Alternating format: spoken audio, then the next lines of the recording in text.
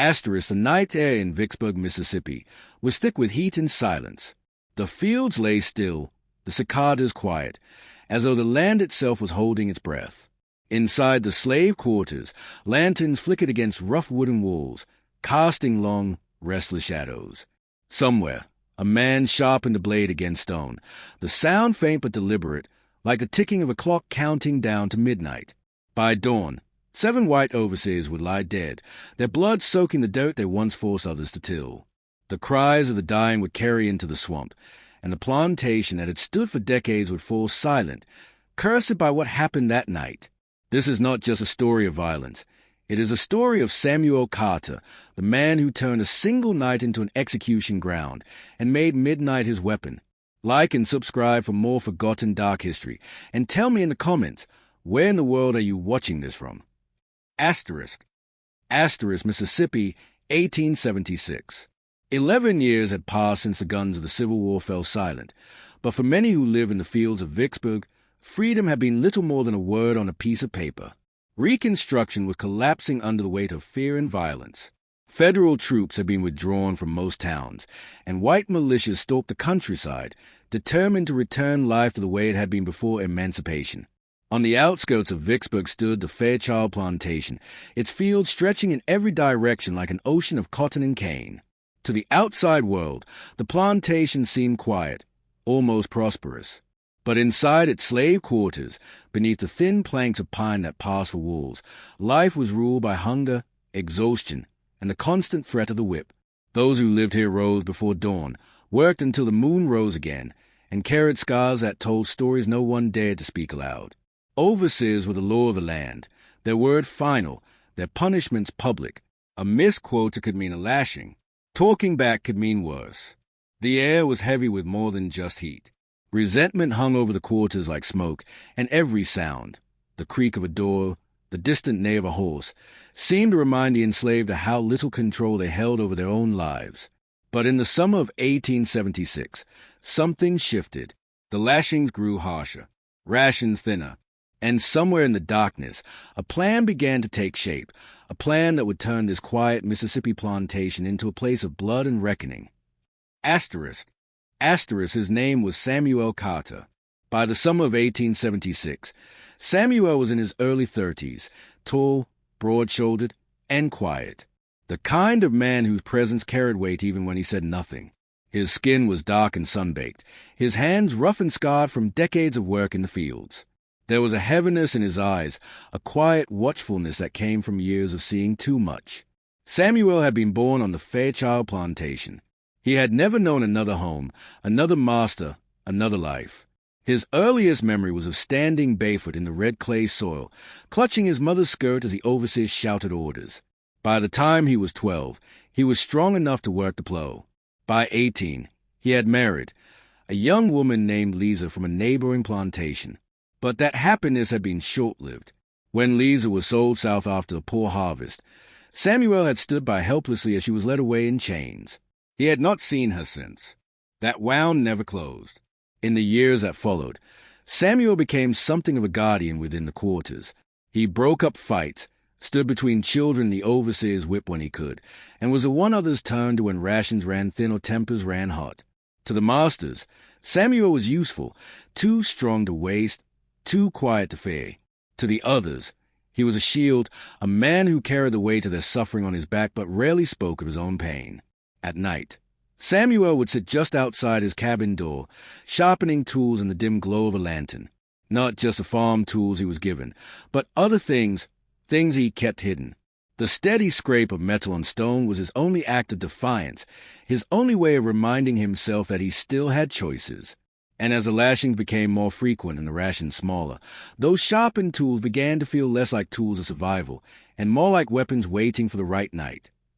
Asterisk, it began on a night when the air was so heavy it felt as if even the stars refused to shine. The plantation was restless.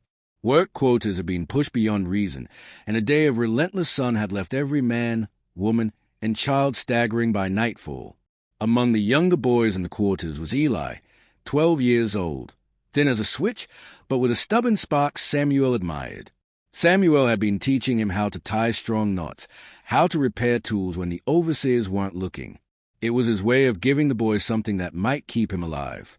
That evening, one of the overseers, a man named Harlan, discovered Eli had hidden a few handfuls of cornmeal to take back to his younger sister. It was barely enough to feed a bird, but to Harlan, it was theft. The punishment was swift, public, and meant to remind everyone what happened when the rules were broken. Lanterns were lit. Everyone was ordered into the yard. The overseers stood in a half circle, their faces hard, their voices sharp with anger. Samuel stood among the crowd, fists buried in his pockets, as Harlan dragged Eli forward. The boy's bare feet kicked up dust as he fought not to cry. The whip cracked through the air, sharp enough to make the others flinch. Once, twice, 3 times, until the sound of leather striking flesh was the only sound left in the night. The boy tried to stand, tried to hold back the tears, but his legs gave way by the 7th strike. Harlan laughed, a dry, ugly sound that seemed to echo off the cabin walls. The other overseers joined in, as if it was some cruel game. When it was over, Eli lay still, his small body curled in the date. Samuel rushed forward, but a rifle barrel stopped him. The overseer's voice was calm, casual. "Let this be a lesson." Samuel knelt beside the boy, his large hands trembling as he lifted Eli's head. The boy's breathing was shallow, his lips moving as though he were praying, but no words came out. Moments later, his chest stopped rising. The quarters were silent, no one dared speak. Somewhere in the distance, thunder rolled low across the sky. Samuel stayed there long after the overseers left, staring at the ground where Eli's blood had soaked into the date. His hands were still shaking, but not from fear anymore. Something cold settled in his chest, colder than grief, colder than anger. It was resolve. That night, Samuel did not sleep. He sat in the doorway of his cabin, staring into the darkness, listening to the distant rumble of thunder. When the rain finally came, it washed the blood from the yard, but not from Samuel's memory. By morning, those who saw him said there was something different in his eyes. The man who had spent years absorbing every cruelty in silence was gone. What rose in his place was something far more dangerous. Asterisk after Eli's death, the plantation seemed to hold its breath. The overseers believed their display of punishment had worked, that fear would do what the whip could not. But in the quarters, something unspoken began to pass between the men and women. A glance here, a nod there, quiet conversations that ended the moment a white face appeared.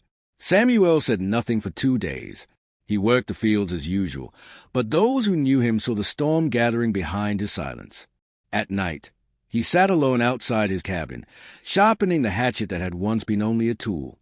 On the 3rd night, he went to the far edge of the quarters, to a small barn where the walls had long since warped and left gaps wide enough to let the moonlight through. There, he called together 4 men he trusted: Isaac, who could move silently as a shadow; Thomas, who had once been a blacksmith; Caleb, who had lost his brother to an overseer's rage the previous winter; and John, who owed Samuel his life after a work accident months earlier. They crouched low in the date, their faces lit only by a single tallow candle. The night outside was so still that every sound, the shift of a boot, the scrape of a nail, seemed too loud. Samuel laid out the plan in a voice so calm it chilled the others. They would act on the next moonless night, when the overseers were most vulnerable. They would strike when the quarters were quiet, after the men had been drinking. Every man would have a role. Caleb would set fire to a haystack near the stables, drawing some of the overseers away. Isaac would lock the doors of the storage shed from the outside to prevent anyone from grabbing rifles. Thomas would sabotage the lantern so that when the first blow was struck, darkness would be their ally. Samuel would give the signal. In the days that followed, the plan took shape in silence. Tools disappeared, an axe head here, a hammer there, but not enough to be noticed. Buckets of water were hidden behind cabins, ready to douse flames if they spread too far. Each night, they gathered in the barn, the air heavy with sweat and fear. They whispered oaths, swearing not to betray each other, not to falter when the moment came. No one laughed. No one smiled. Even those not directly involved began to prepare in their own way. Mothers kept their children close. The old men and women prayed quietly, their hands clasped so tightly the knuckles went white. On the final night before the plan was to be carried out, Samuel walked the length of the quarters alone. He passed each cabin, nodding once to those inside. No words were exchanged. None were needed. Then he went to the field's edge, where the soil was soft from recent rain. There, he buried his hatchet halfway into the earth, then pulled it free again. It was an old ritual, a way of telling himself this was no longer just a farm tool. It was judgment waiting to fall. By the time Samuel returned to his cabin, the sky was dark and empty. Somewhere in the distance, a lone wolf howled. The next night would not belong to the overseers. It would belong to the men and women who had lived too long in silence, and to the man who had decided that silence would end in blood. Asterisk, the night chosen was moonless. The sky above Vicksburg was a black expanse, the stars smothered by low, heavy clouds. The air was still, thick with the smell of soil and sweat. It was as though the world itself was holding its breath. Inside the quarters, the cabins were quiet, too quiet. Mothers kept their children awake, whispering for silence, rocking them softly until even their breathing seemed muffled. Samuel stood in the doorway of his cabin, hatchet in hand. His face was a mask, unreadable, lit only by the faint glow of a single lantern.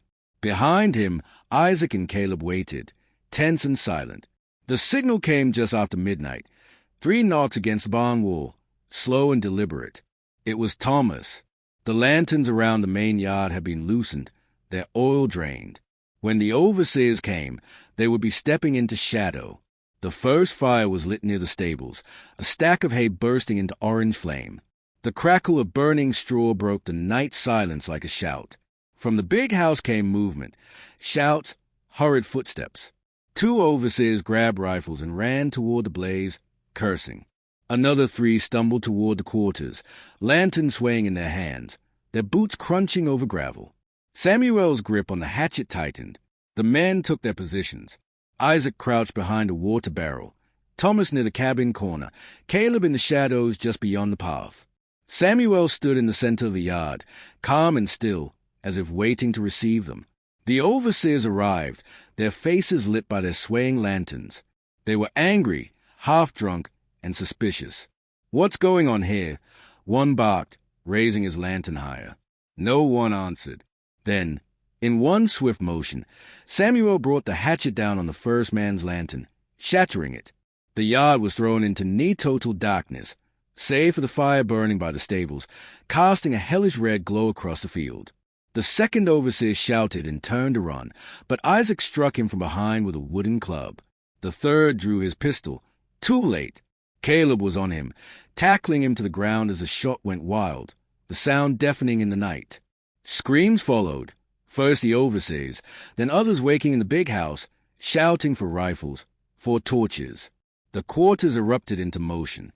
Men and women poured from cabins, some carrying clubs, some stones, some nothing but their bare hands. The years of silence broke in an instant, replaced by a roar that shook the night. Inside the yard, it became chaos.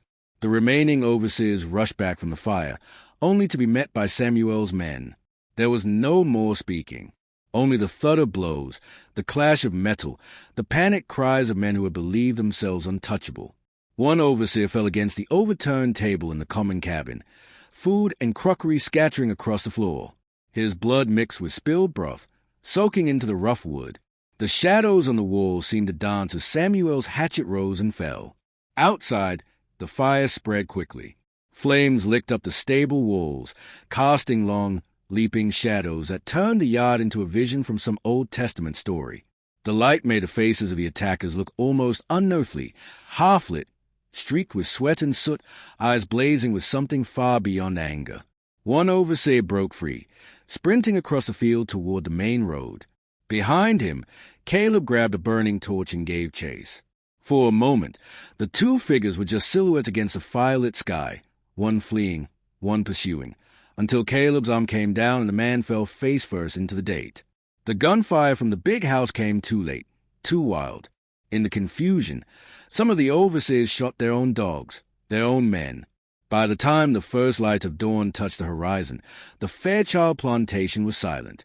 The stables still smoldered, sending up black smoke that hung over the fields like a shroud.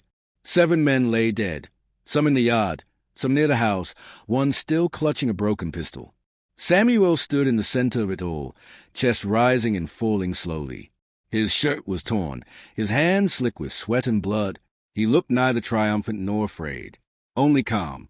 When he finally spoke, it was not loud, but every man and woman in the yard heard him. No more. And with those two words, the night of vengeance ended. Asterisk by sunrise, the night's roar had fallen into an unnatural quiet. The smoke from the burning stable still drifted over the fields, heavy and black, clinging to the air like morning cloth. The yard, once filled with shouting, was now scattered with bodies.